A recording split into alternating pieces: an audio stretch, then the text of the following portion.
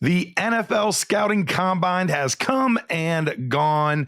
And of course, we need to talk about what happened there and how it affects your fantasy football teams. So we are back with your winners and losers from the scouting combine. Now, I want to say a few things before we get into all of the details. First and foremost, the scouting combine, as much fun as it is, there's a reason it's called the Underwear Olympics. This has some bearing on how we feel for fantasy football. But for most of us, including me, it means very, very little specifically for fantasy football. Here's where it matters most: the interviews, which we don't really get to see a lot of those team interviews until after the fact. Two, the medicals. The medicals are a big part of this. That's something that the teams really, really want to check out and see how these guys are physically. Then we do get the on the field stuff, which is important, but it's mostly important for teams' draft stock of a player. So we're going to get that kind of built in later on in our process. So for me, this, if the entire prospect evaluation was a pie, this would maybe take up about 5% of that pie. There's a lot else that I care about quite a bit more, including tape, landing spot, draft capital, things like that. So for me, take all this with a grain of salt. And specifically at running back, we've seen plenty of running backs lately that have not had good scouting combines and ended up being very, very productive NFL backs. Just this past year, Bucky Irving really kind of bombed the combine. He did not do well there, and he's been the best running back in this class. A couple years before that, all the talk was how the sky was falling for Kyron Williams. Well, we see what he's been doing lately, and he's been pretty darn good for a fantasy football team. So I wouldn't take this too seriously, but at the end of the day, we do need to talk about guys that did improve their draft stock and guys that maybe hurt it a little bit. So let's start with our winners. The first one here, Bhayshul Tuten, 5'9", 206. So is over that 200-pound mark, but physically showed out as a freak at the combine. This Virginia Tech running back put up a 4.3 240. That was number one in the class. A 1.49 10-yard split, which I care about the 10-yard split more than you're going to hear other guys, specifically with these running backs and wide receivers, because I want to see that short area burst. That's big for me. So a 1.49 10-yard split is really good. Also first in the class. Then the highest vertical at 5'9". This guy had the best vertical in the class, over 40 inches, 40 and a half. That was number one in the class. And then fourth in the class with a 10-10 broad jump. This guy physically showed out to be an absolute freak of nature. He really helped his draft stock.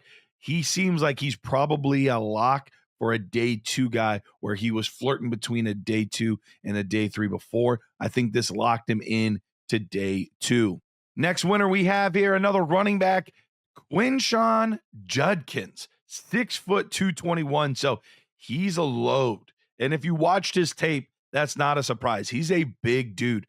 But what is a surprise is that he ran a sub 4.5 40 coming in at 4.48, which is a really good number for somebody over 220 pounds.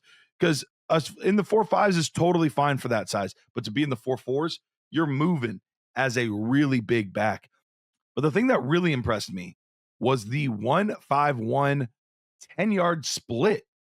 Yeah, that's fourth in the class. So his get off, his short area burst, one of the best in the class, despite being one of the biggest backs in the class. So that really blew me away. But people talked about him getting chased down in the national championship game. Okay, it was a corner that runs fourth in the 4.3s that chased him down after 70 yards.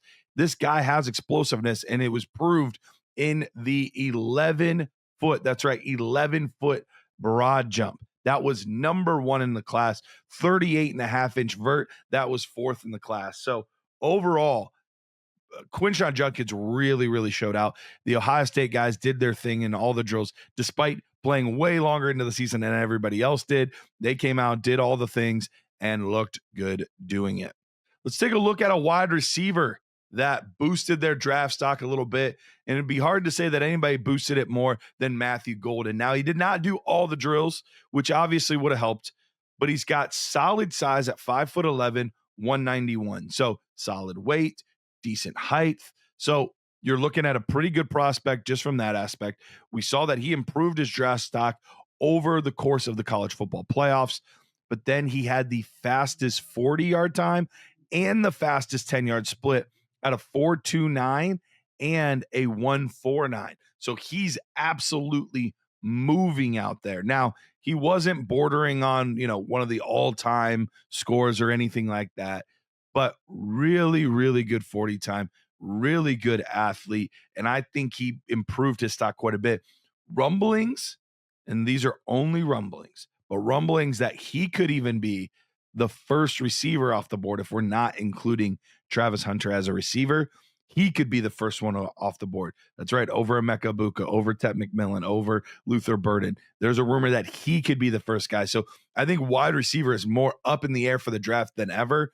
And partly that's thanks to Matthew Golden's good combine. Let's take a look at another running back that I think improved his stock. And this might not be a name that you're going to hear a bunch because everybody's really focused on the 40-yard dash.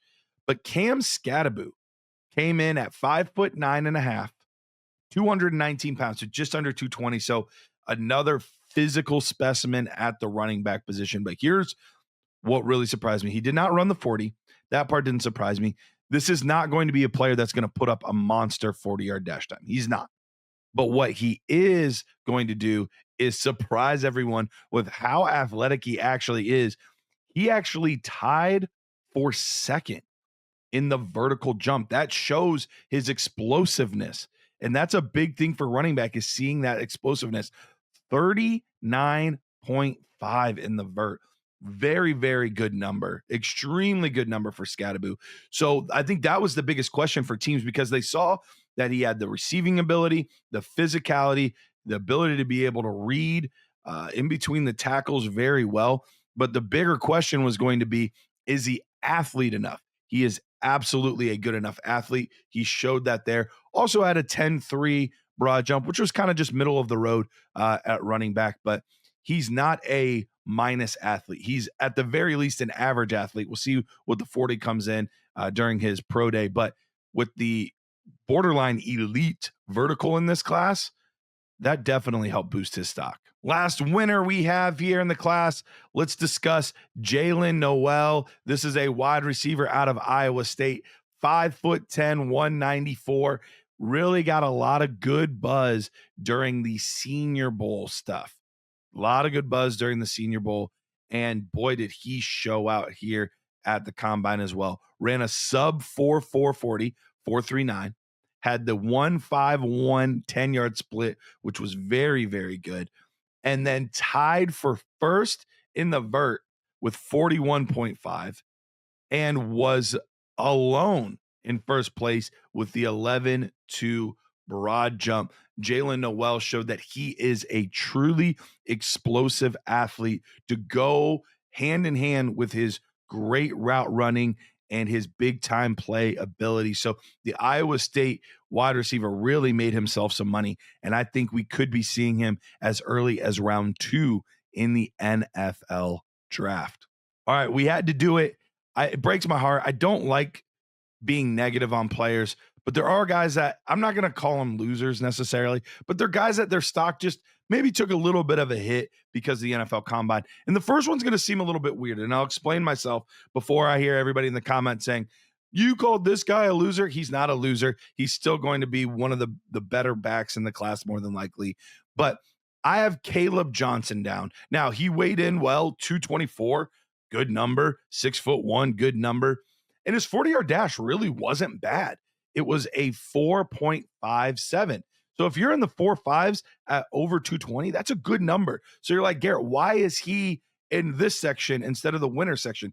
Well, when you had guys like Quinshon, Judkins, and Omarion Hampton, guys that you're battling for or battling with for kind of that second, third, fourth spot in the draft class at running back, and they are physically superior to you in the 40-yard dash and other things, specifically like the 10-yard split. And this is the thing that really bumped it down for me. He actually had the slowest 10-yard split in the class at a 1.62. So there's not that explosive get off in his game like we saw from other players that are the bigger backs. He doesn't have that to the same ability that those guys do. So that's the thing that really kind of moved it down for me. He did not do the broad jump. He did not do the vertical. So we did not get to see him compared to his peers there. And overall, I think that put enough of a seed of doubt to where he was originally going to be considered, is he maybe the second back off the board, to now I think he's firmly, at least for me, behind Omari Hampton, Travion Henderson, and Quinshon Judkins. It wouldn't surprise me if he fell behind a couple other guys, potentially in draft order as well. Next one here, this breaks my heart because I'm a big fan of this player. And once again, reminder, Combine's not the end-all, be-all. We've seen Kyron, we've seen Bucky Irving, we've seen other guys do very well despite not having great combines. And we didn't necessarily think this guy was an elite athlete, but Kyle Manun guy ran a 4.6 in the 40-yard dash, which is not terrible, but it's definitely not good. He was one of the slowest in the class there. A little bit better in the 10, though, a 1.54 in the 10-yard split. So it shows there's a little bit more short area burst, short area quickness than maybe the long speed, but disappointing broad jump, did not break 10 feet, 9'9", one of the lower ones, middle of the road in vertical with 34.5. So just overall showed that athletically, he might be a tick behind the rest of the class. This could cost him a day 2 spot. I think this now probably puts him in the day 3 conversation, which obviously is going to hurt his opportunity to play early on. But we got to wait and see how things play out. Last one I have here in the guys that maybe hurt their draft stock a little bit. Tez Johnson, not a surprise here. The weigh-in was the biggest thing. 5'10", 154. We've seen guys in the 160s and 170s, and that's already been a concern. So to be 154, that is really, really small at that size. And to boot, if you're going to be that small, we expect to see you in the 4.3s, maybe even in the 4.2s with the 40. Ran a 4.51. That hurt things a little bit. Give him some credit, though. He did a little bit better in the broad jump where he was just under 11 feet at 10.11. So he did pretty well there. His 10-yard split was 1.53, so not terrible. But overall, I do think when you match up that 40 time with that size, it's definitely a concerning thing for me. All right, guys, who are your winners and losers from the Combine? Go ahead and put those in the comments below, and we can discuss and debate who we have in those spots.